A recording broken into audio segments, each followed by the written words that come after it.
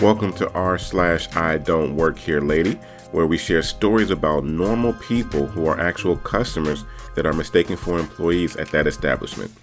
This is TNA, top-notch audio. Get ready for some laughs. And at the end of these stories, we definitely appreciate your likes, comments, and definitely subscribe for sure.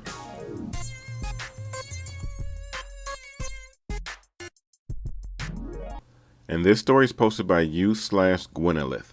Karen pulls a reversal. Not my story, one from my fiance. She was at the Walmart in our town doing some shopping. I'm not a big fan of heading into stores right now, and it has never bothered her. I'm way more nervous about the Rona, sue me. On her way in, she got stopped at the door. This isn't particularly odd given the current state of things. The policy for this Walmart, or all of them, not sure, is that not too many people should be in the store at a time, and that makes perfect sense. Most people, customers and employees alike, are wearing their face masks and gloves, so generally the environment seems quite clean. After waiting for only a few moments, she was let in. The store was slightly crowded despite the attempts of keeping a low population, but my wife had decided that there was one item she wanted more than anything else. Sugar-free pudding. Not for me. That sight makes my stomach turn. Wading through the less crowded aisles, she made her way into what she thought was the pudding aisle, but alas, a horrific lack of glucoseless, savory, soft sweets were seemingly absent. So, only slightly deterred, the rest of the grocery shopping took place. Detergent, paper towels, Hot Pockets, and food in general came. For a while, after getting literally all other groceries, she tried to find another aisle for pudding, one that didn't exist, so she made her way back to where she had started this journey. And there she was, atop a pedestal in front of all that delicious, desirable pudding, Karen. She was tall, blonde hair pulled back into a ponytail. She seemed older, not the typical age of a Karen, but one could be forgiven for a slight moment of mistaken assumption that she was an employee. She stood atop a metal stepping ladder that had a cart attached to the front with myriad boxes and stock waiting to be introduced to their shelves. However, something caught my fiance's eye. The boxes were full of baking supplies, flour, baking soda, the whole 9 yards, all of which belonged on the other side of the store. This cart and ladder combo wasn't even supposed to be in this aisle. And there was no other employee in uniform nearby, so she clearly didn't work at the store unless Walmart had introduced some kind of plain clothes division. She had ungloved hands reaching all the way back into a shelf of probiotics, a shelf that, given the woman's height, the stepladder wasn't technically needed. She even had her face only a few inches away from the product without a mask on, trying to read whatever she thought was on those bottles. My fiancée, the ever non-confrontational woman she is, kept her mouth shut and simply watched the woman take the probiotics out, look at them, put one on the stocking cart, put every other one back, and continue to fondle the probiotics like she was coming onto them. And then the horrifying moment struck. Her eyes searched around and landed on my fiancé. "I don't work here," she scoffed dismissively, and then turned back to continue her ministrations, which left fiancé baffled, trying her best not to look like she needed anything. She didn't mind waiting for whatever this Karen was up to, as the pudding she wanted so desperately was going to be there by the time she was done getting to know the bottles of probiotics. After another minute or so of waiting, the woman turned again with a loud huff, knowing that the pesky nervous shopper was still standing there awkwardly. "Do you need something? I don't work here." My fiancé finally squeaked out a little, "I don't mind waiting," which dragged another sigh out of the woman. Sigh. Unbelievable. If you have a problem, learn to ask someone who works here next time. She stomped her feet down the 3 metal steps onto the floor of the aisle and pushed the cart forward with such a ferocity that the orange aisle marker, if you frequent the store, you certainly know, fell to the ground with a clap. The fall had been enough to bust the corner off of the sign, but the Karen had her sights locked not on the broken property, the carnage laying at her feet, but instead at my fiancé. With the speed and fear of a mouse, my fiance finally obtained that half liquid, half solid gold she had been wanting so desperately, the sugar-free pudding. Like she was holding the holy grail and a boulder was about to roll over her, my fiance dipped out of the aisle, stepping over the broken piece of signing the process, and fled the scene. Before she could get too far, she heard the last of the woman's whining. More maskless huffing and puffing, along with another set of stomp, stomp, stomps to surely start the funneling the probiotics once again. But oh, no, this isn't where it ends. As my fiance was at the self-checkout, slowly bagging her groceries to make sure she had as few bags as possible, another horrid incident with this woman began. Now, to set the stage, let me be frank. My wife has a peculiar way of handling herself in public. She always had her head down, fiddling with the fidget cube in one hand and stacking groceries with the other. To the untrained eye, she looked far less independent than she really is. As the Karen wound up finally deciding what probiotics she wanted, she came around the self-checkout area with only that single bottle. Whatever half liquid, half solid gold she had, good for her. Now, the self-checkout lines have a generally short length, even spread out across most of the area that they're in, with only one person to take care of any malfunctions or bagging errors. Short-staffed, likely. The Karen, bottle in hand, upon seeing my fiancé, once again practically beeline to the assistant. My fiancé had a massive babyface issue going on, so the next thing she heard wasn't surprising. "Excuse me, this little kid needs someone to help them. Do you know that I had to help her in the back because you aren't staffed enough? I should be getting paid for this at this point," she loudly protested, a hair flip going along with her tirade. The assistant, clearly caught off guard, asked, "Is that your daughter?" Another scoff.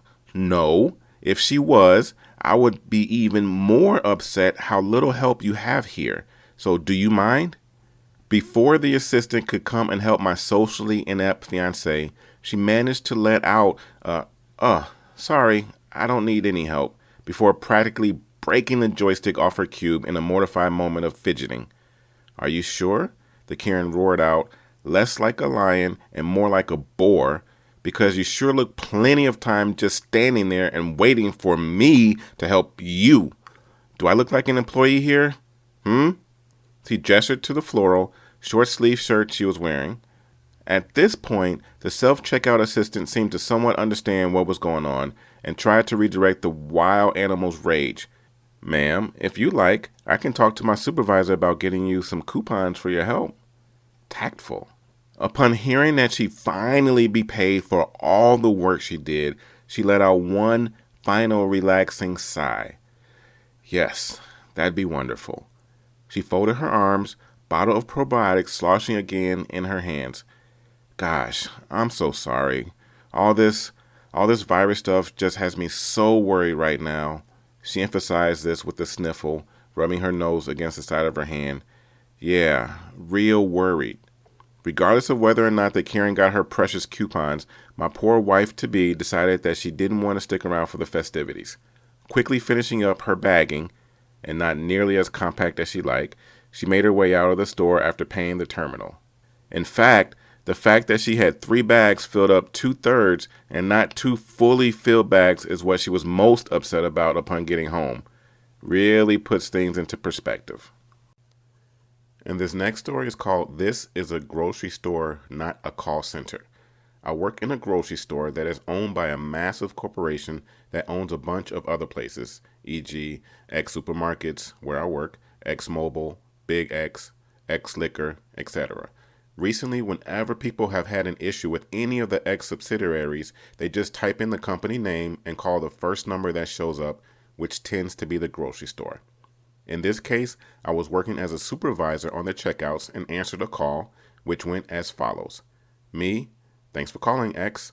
How can I help you?" Customer, "I've locked myself out of my X mobile account and I need to access it to see how much data I have." Me, "I'm so sorry about that. Unfortunately, this is X grocery store, so I can't do anything to help you, but..." Customer, "What do you mean you can't help me? You just said you're from X company. This is ridiculous. I need to access my account." Me, yes, this is part of the X company, but we are completely separate from X Mobile. There's nothing I can do to help you. But, customer, this is ridiculous. Fine, transfer me to X Mobile so I can talk to someone who knows what they're talking about. Me, again, this is a grocery store. I don't have any contact with X Mobile. I can see if I can find their contact info, but you'll have to contact them yourself. Customer, fine, I already tried their chat thingy and it was totally useless. Madly Googles X Mobile and reads their website. Me, okay, so the website is telling me that there is no contact number and that the only point of contact is through the chat function. Customer, I already told you that it didn't work. Me, yes, I understand. It seems to be working on my end, so I could put in your details and get them to contact you, if that works for you. Customer, this is effing ridiculous. I'm sick of talking to you. Transfer me to head office. I'm going to make a complaint against you and this stupid company. Me, yeah, I understand, but this is a grocery store, not a call center. I have no contact with head office and I can't transfer calls outside of my store. Customer, you've been absolutely useless. Me, okay, good luck. And this next story is posted by u/limp_pool_noodle. I just really like reptiles. FYI, I was wearing leggings with holes in them, a flannel with paint stains all over it, and my very worn out Ugg boots. In other words, I was looking extremely casual and very rough, but what can I say? I don't care what people think. I go for comfort when it comes to my wardrobe. I, 21 female, went to a chain pet store to get some crickets for Izzy, my bearded dragon. I like to stop in and look at the reptiles before I leave, because I am extremely passionate about animals, reptiles in particular. A nice girl, going to call her NG, who seemed like she wasn't much younger than me, saw that I had a bag of crickets in my hand, which kicked off a conversation. NG, I'm so sorry to bother you, but since you are buying crickets, does that mean you have a lizard? Me, I do. I have a bearded dragon. NG, I'm getting ready to adopt a beardie, and since I haven't had one before, do you have any tips for beginners? I was happy to help, as the pet store employees usually don't know a lot about these reptiles unless they have had one themselves. Bearded dragons are a lot of work, more than people realize. It's really sad how many people aren't given enough information when they are buying their reptile, so of course I wanted to help this girl as much as I could. I spent about 20 minutes talking to her about what to expect, things I wish I had known when I got Izzy, and gave her some good resources and websites with the reliable information. I noticed a lady, gonna call her Karen, and her son start looking at the reptiles, but I didn't pay them any attention and just continued talking to NG. Then Karen taps on my shoulder. Karen, you have other customers, you know. I gave a confused look until I realized she thought I worked there. Me, I'm so sorry, ma'am, but I don't work here. Karen, I have stood here for 10 minutes listening to you tell this girl all about these things. I'm tired of waiting, and there are other customers who need help.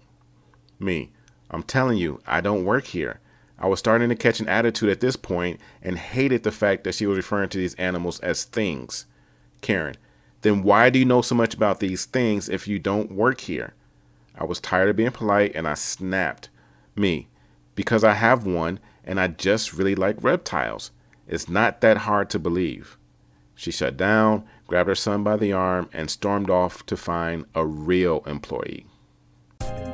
Thank you all for listening. We definitely appreciate it. 3 funny and amazing stories. Definitely, we appreciate your comments below. Like, subscribe for sure if you haven't already. And we look forward to you viewing more videos that we post in the future. This has been TNA Top Notch Audio. Have yourselves a great day.